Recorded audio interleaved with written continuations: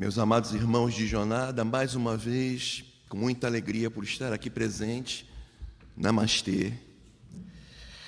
Que o Divino Mestre Jesus, o Cristo do Pai, mais uma vez abençoe esse nosso reencontro de cura, onde nos curamos reciprocamente e onde permitimos que, na condição de servos do Mestre, outros que aqui não estão presentes, que ainda não entenderam, que ainda não aceitam, possam receber aquilo que o Senhor da vida estende até a eles.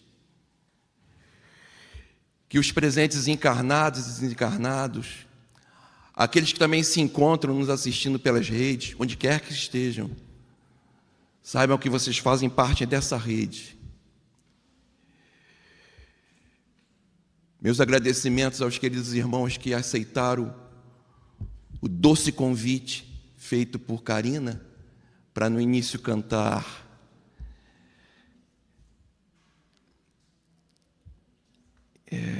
meu Deus, qual é a canção?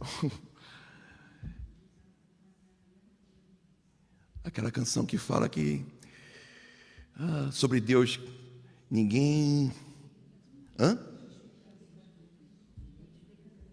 explica Deus. Benditos sejam todos vocês que participaram da canção, seja com a voz, seja com o coração ou com o pensamento. Eu estava ali buscando sempre aquilo que eu faço, sair de minha pequenez, alcançar um pouquinho mais acima, uma condição para estar aqui, menos sujeito à minha personalidade, mas sim a presença do Senhor da vida, que aqui procura servir a quem está buscando essa oportunidade, como eu e todos nós aqui. E vocês, ao cantar, ao ouvir as vossas vozes, e com certeza sentir aquilo que emanava para além da voz, me ajudaram a alcançar isso. Mas sabe que isso não foi só um efeito ali para mim, porque vosso sincero interesse de buscar o melhor de vossos corações, a sintonia com o Senhor da vida, que é o sopro de vida em todos nós, não se restringiu só a todos nós aqui na sala. Ela foi mundo afora, onde se faz muito necessário essa força. E o Senhor da vida não perde uma oportunidade. Qualquer brecha, qualquer oportunidade que nós damos, assim Ele faz essa energia passar por nós e atingir esses ambientes. Saibam, meus amados irmãos, que quando você estende a mão e tem sincera intenção de produzir um benefício ao outro, seja alívio de dor, seja paz, tranquilidade, imediatamente, na proporção de sua sincera busca e querer bem, sua mão emana. Não duvide nunca disso. E façam uso disso, pois sois todos filhos do Divino Pai. Independente dos equívocos de agora, das dores, dos problemas, da forma confusa com que ainda estamos, na hora que você busca o Pai em você, sinceramente, para servir o outro por amor desinteressado, nada disso interfere. Nada das nossas dificuldades, ignorâncias ainda interfere. O Mestre não perde a oportunidade de fazer de você instrumento de amor, sabendo que aquilo que passa por você para atingir o outro, atinge você primeiro. Mas se você faz sem pensar em você, mas na dor do outro, que deve ser um motivo verdadeiro, dar sem pensar em retorno, saiba que isso tem um efeito tremendo. Não percam essa oportunidade. Então, benditos sejam todos vós por atender este pedido. Estejam sempre aqui na casa, onde vocês forem buscar o Senhor da vida, pensando nos outros. Pense mais nas dores daqueles que estão em piores condições. A fonte da água da vida é corrente. E no momento que você abre a fonte, porque a fonte está em todos nós, na proporção que você usa do ensinamento do Mestre, que é amar o outro desinteressadamente, você começa a jorrar. Ela jorra de você e vai na direção daquele que você direcionou, seja um ou um grupo. Só que essa água passa por você primeiro. E na mesma proporção e força com que ela vai para esse outro, ela atua em você primeiro. Você não precisa nem se preocupar com isso. Façam uso disso. Não duvidem. Já está na hora de a gente viver isso e não questionar. Estamos à porta da regeneração, onde todos viverão em função dessa espiritualidade. O que não significa fugir da realidade da vida, do cotidiano, do papel que temos no mundo, mas usar todo o papel e tudo que fazemos no mundo no sentido de vivermos o Cristo, da nossa forma, com a nossa forma de amar, somando com os outros, porque essa soma será o Cristo de retorno à terra, não na pessoa de um homem, mas na pessoa de todos aqueles que se abrirem à presença dEle. Onde 2 ou 3 estiverem reunidos em meu nome, lá eu estarei. Vamos fazer valer isso? Vamos fazer valer. Bom, meus amados irmãos, eu vou falar um pouco, espero que dê tempo, para cumprir o que o presidente me pediu. Se deixar, eu falo até 24 horas. Quem me conhece nessa hora sabe. Então, olha só, eu vou falar sobre destino. E se não for possível completar, o restante vai ficar para outra reunião. A gente tem um questionamento sobre o destino. Todos nós perguntamos, o destino é fixo? Não pode ser mudado? Como é que é o destino? O que é o destino realmente? Isso que a gente tanto fala, isso que a gente tanto quer saber como é que vai ser, que às vezes a gente teme, ou não, às vezes tem uma curiosidade de conhecer. Então eu vou contar um conto indiano que fala de destino para nos dar um entendimento do que é o destino. Conta-se que existia numa aldeia indiana um vidente que tinha grande capacidade de ver o futuro. E todos na cidade viviam atrás dele em busca de saber do futuro. Ele não tinha paz praticamente. Todos queriam saber do futuro, todos queriam saber do futuro. E por mais que ele tentasse esclarecer, explicar algumas coisas, ninguém queria ouvir, queria saber do futuro. E ele começou então a se afastar da aldeia para ver se tinha paz. Começou a ir cada vez mais para dentro da floresta, se embrenhando cada vez mais, até que ele chegou num ponto onde ele estava completamente isolado no meio dessa floresta. Não encontravam mais ele. E passou-se anos, e ele virou uma história. A história daquele vidente que era capaz de ver o futuro. 2 rapazes que chegaram a conhecer ele ainda na aldeia, foram caçar esses 2 rapazes.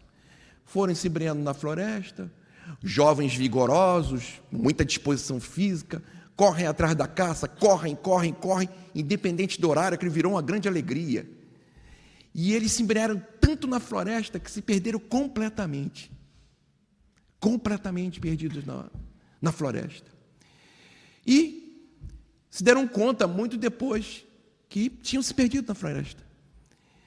Mas, ao olhar a uma certa distância, divisaram uma pequena luminosidade.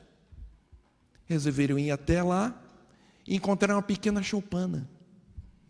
É tradição no Oriente, uma tradição de caráter elevado, com certeza daqueles que ainda são espiritualmente maduros, porque, infelizmente, vamos encontrar também nos nossos irmãos orientais muitos que perderam essa tradição, perderam a elevação espiritual, apesar deles terem a parte do leão do ensinamento espiritual. São muito mais antigos, têm muito a nos ensinar ocidentais. E a tradição é que, se alguém bate em sua porta, não interessa as condições que você tenha, você o recebe, você lhe dá água, você o alimenta e dá pousada. Isso é uma questão de honra. E independe de você ter muito. Na Índia, independente de você ter coisas, você ainda é capaz de encontrar pessoas que não têm nada nem para se alimentar e que, ao receber você, tem como tradição dá o que tiver para você comer. E talvez lhe entregue aquilo que ele não coma durante a semana inteira. A quantidade que ele vai botar à disposição de você, ele não tem na semana inteira, mas fará isso com grande alegria.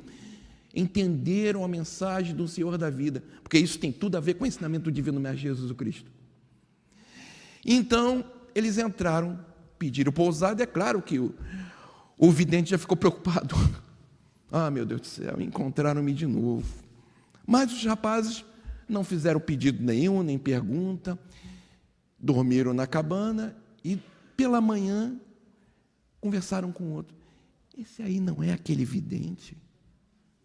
Lembra? A gente viu ele quando era pequeno, é ele mesmo. Olha, vamos perguntar para ele qual é o nosso destino? Vamos perguntar para ele o nosso destino?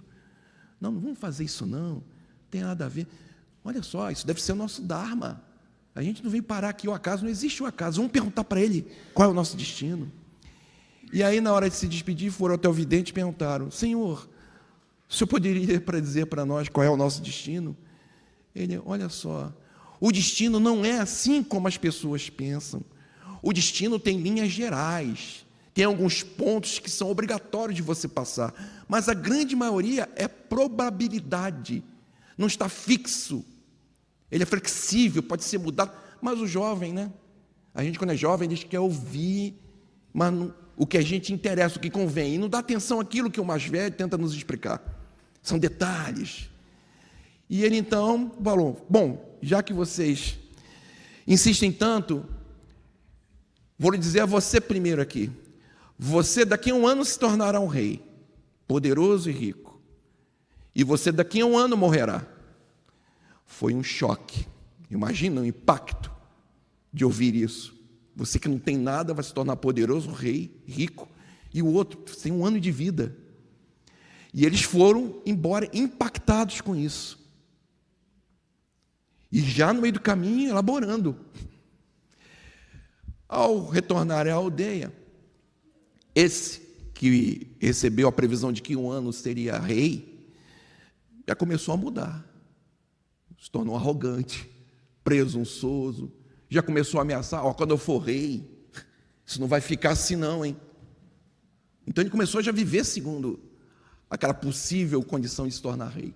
Ele se tornou tremendamente arrogante, impetuoso, insensível, duro e autoritário.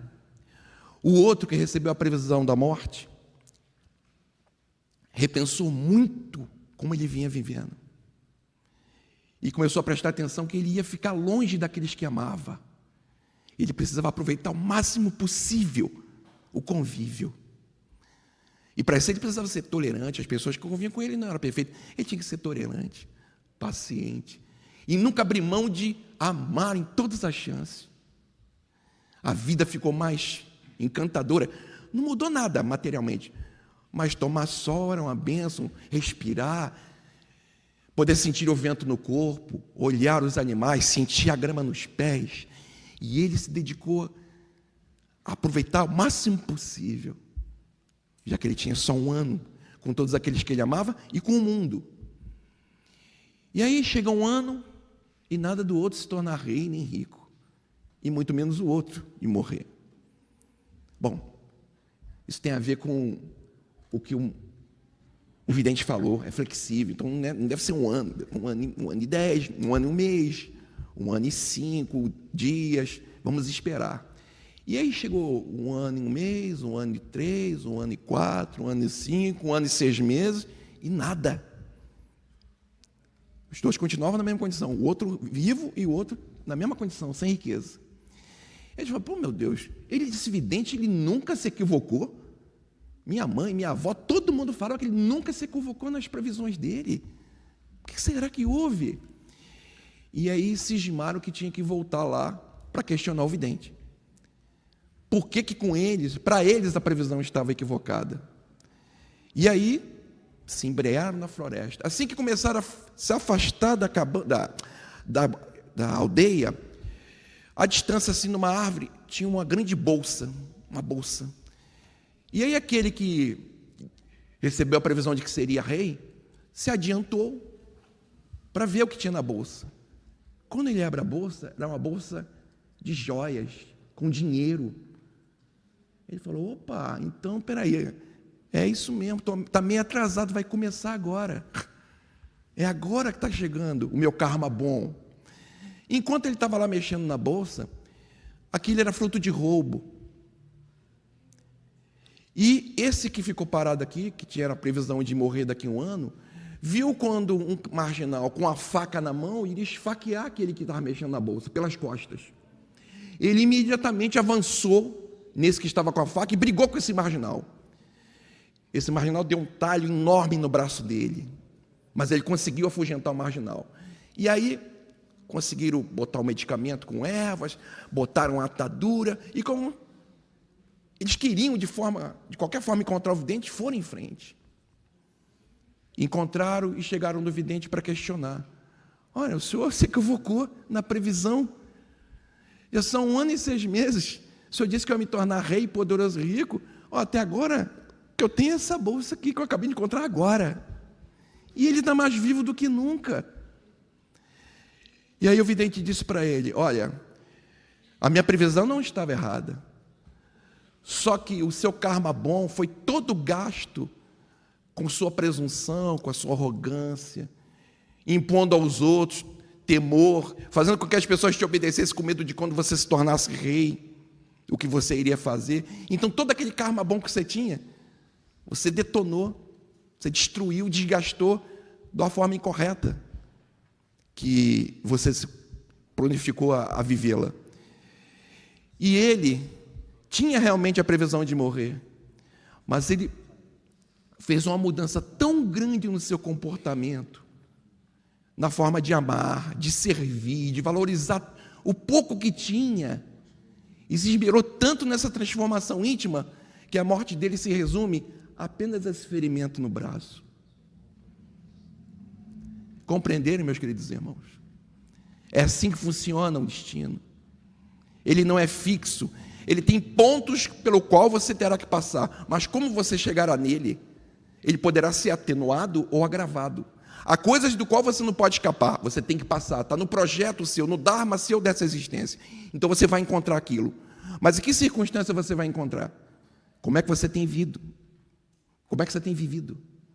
Que tipo de comportamento você tem tomado? Com que forma você tem vivido?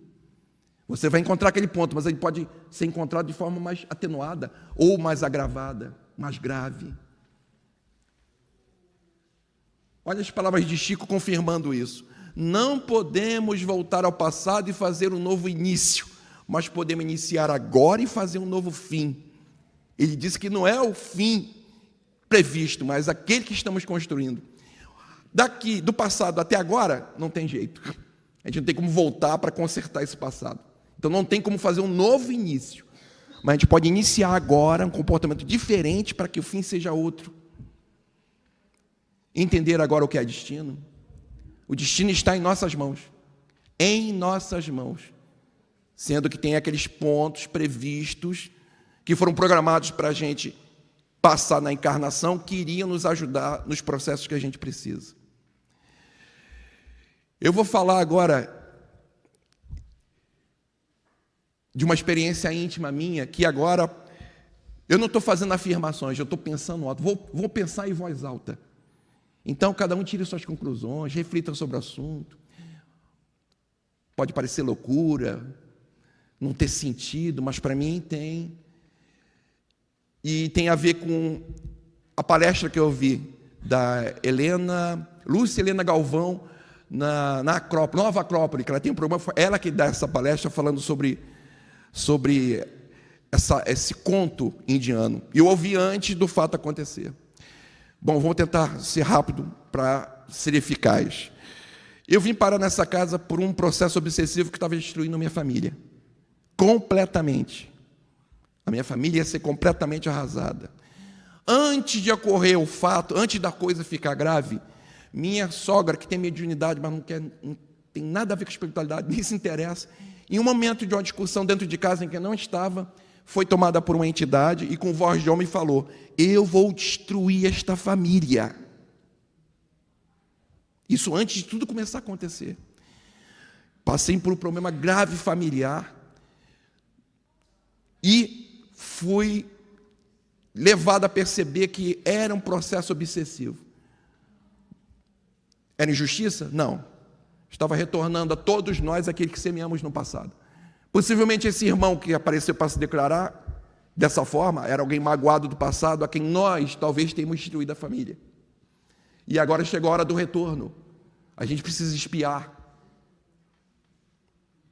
e passar agora em nós aquilo que causamos ao outro. Como a gente vai passar é que vai determinar se vai ser atenuado ou se vai se concluir, aquilo vai acontecer de verdade. E eu fui levado a vir parar aqui nesta casa. Durante o processo obsessivo na família, acontecia uma coisa, sempre tive uma saúde, graças a Deus, maravilhosa.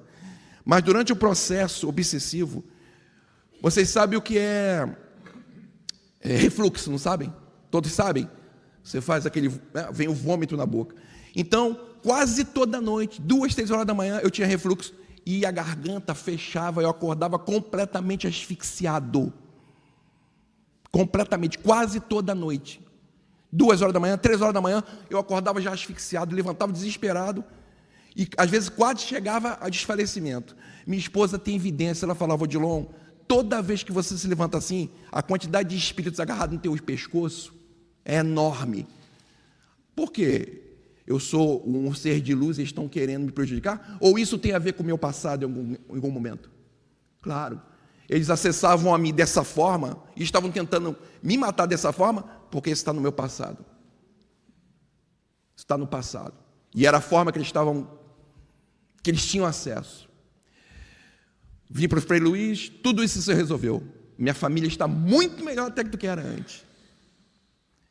E eu, que sempre fui espírita, sempre me agradei, sempre tive uma atração. Enquanto vínhamos tratar, eu me encantava sentando para ouvir palestra. Ali eu chorei, ali eu ri. Ali, sentado. Com os palestrantes que vinham, com o trabalho que acontecia na casa. Para mim era uma bênção estar aqui. Minha esposa começou a trabalhar no lado de Frei Luiz e eu fiquei aguardando o convite. Vai acontecer. Os espíritos sabem da minha intenção sincera e se eu posso ou não, vai acontecer. Quando acontecer, aproveite. Então estou aqui na casa há 10 anos e realizando um trabalho de ajudar famílias, porque nas compulsões as famílias estão por um fio. Muitas famílias estão por um fio. E o meu trabalho agora é ajudar famílias a engrossarem esses fios, irem em frente, assim como eu tive a chance de resgatar a minha. Então eu tenho visto lá avós, pais, filhos, netos, sobrinhos, amigos lutando por aqueles que amam, sendo o compulsivo ou sendo aquele que vive com compulsivo. A minha grande alegria agora é estender ao outro aquilo que eu recebi na casa. Em 2020 eu tive Covid. Estava preocupado com minha esposa, que tem problemas de sinusite, um montão de problema de respiratório, e preocupado com a minha filha, que tem diabetes. Toma insulina. A minha preocupação era elas pegarem a Covid. Eu peguei a Covid e fiquei muito mal, a ponto de ser internado e ter que ficar no oxigênio. Eu não podia levantar para ir ao banheiro, que eu asfixiava. Elas, a gente não usava máscara dentro de casa, dormia com a minha esposa. Ela nem viu o Covid. A minha filha nem tomou conhecimento do Covid. Passou, elas nem viram. Eu, com a saúde de ferro, fui parar no hospital completamente, à beira da asfixia, quase desfalecendo. Chamei minha filha no dia, desbloqueei o celular, falei: toma, para você fazer contato com meus amigos, e tem muita coisa aqui que interessa. Pega um papel aí, tudo que era senha, que elas não sabiam ainda, toma. Eu fui pensando: bom, eu falo tanto que existe morte além da vida, chegou agora a hora de eu me comportar segundo aquilo que eu digo para os meus irmãos, para terem fé, porque a vida continua. Né? É fácil falar, né? Que nem o Emmanuel fala para Chico no avião: morra com educação. Morra com dignidade, com educação. Então eu falei: bom, eu preciso fazer valer aquilo que eu falo para os outros. Ou eu vou acordar do lado de cá muito mal, mas vou me recuperar, ou vou acordar do outro lado. E aí, no hospital, internado, fiquei uns 3 dias sem poder ir ao banheiro para fazer nada. Até certas necessidades de urina, eu pedi para o cara arrumar para mim um comadre, porque eu não tinha como levantar, que eu asfixiava. Sentar na cama e eu asfixiava. E a hora que eu ligava, aumentava o oxigênio em 4. Não era a quantidade de oxigênio, era a capacidade do meu pulmão. Então não adiantava. Para ir ao banheiro, eu tinha que ir com um cilindro de oxigênio. O enfermeiro levava o cilindro, e eu ia. Nossa, incrível. E aí eu lembrei de Eurípides de Barçanufo, que morreu na febre espanhola. Ele doente, cuidando dos outros doentes. Ele só parou de cuidar dos outros doentes quando para ele não pôde mais. Eu falei, bom, eu preciso voltar com menos débito do que eu voltei antes. Então, já que eu estou aqui no hospital, todo mundo que chegava, a gente dava orientação. Olha, eu vou te arrumar uma comadre aí, enfermeira, uma comadre para ele, vai precisar. Olha, deita de bruço, é melhor para a respiração. Então, é aquilo que a gente conhecia para poder criar um ambiente, para aquela pessoa se sentir junto, acompanhado, eu procurei fazer. Eu vi pessoas que estavam no meu andar, não conseguir ficar bem no oxigênio e subir para entubar. Eu vi gente que estava entubada, descer para o meu andar porque estabilizou. E eu não sabia qual era a minha situação, sabe por quê? A maioria das pessoas, homens onde eu estava na enfermaria, eram muito mais velhos que eu. Eles levantavam sem nenhum oxigênio ao banheiro, voltavam, escovavam dente. Eu falei, meu Deus do céu, eu sou mais novo aqui, eu estou à beira da morte. Na outra enfermaria era um montão de senhoras, 80, 70 anos, elas passavam para ir para cá para tomar banho, eu não conseguia nem sair daqui. Eu falei, caramba, o negócio é para mim mesmo. Mas,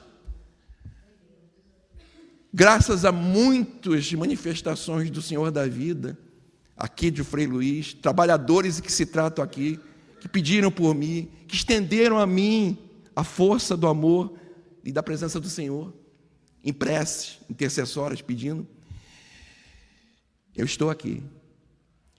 E aí eu fiquei pensando dos porquês. O que era tudo isso? Então, olha só, são meus pensamentos, minha intuição. Penso eu que estava previsto para me desencarnar naquele dezembro de 2020. Eu tive alta dia 24 de dezembro. Eu fui para o hospital pensando, tanto é que eu nem levei o celular, deixei o celular. Tinha gente na enfermaria com o celular, eu não. Entreguei o celular. Eu pensei que eu não fosse voltar e nem ter o Natal nem o Ano Novo com eles. Pensei sinceramente. Tanto é que eu nem tinha celular lá, depois é que foi entregue. Mas eu fiquei pensando tudo isso.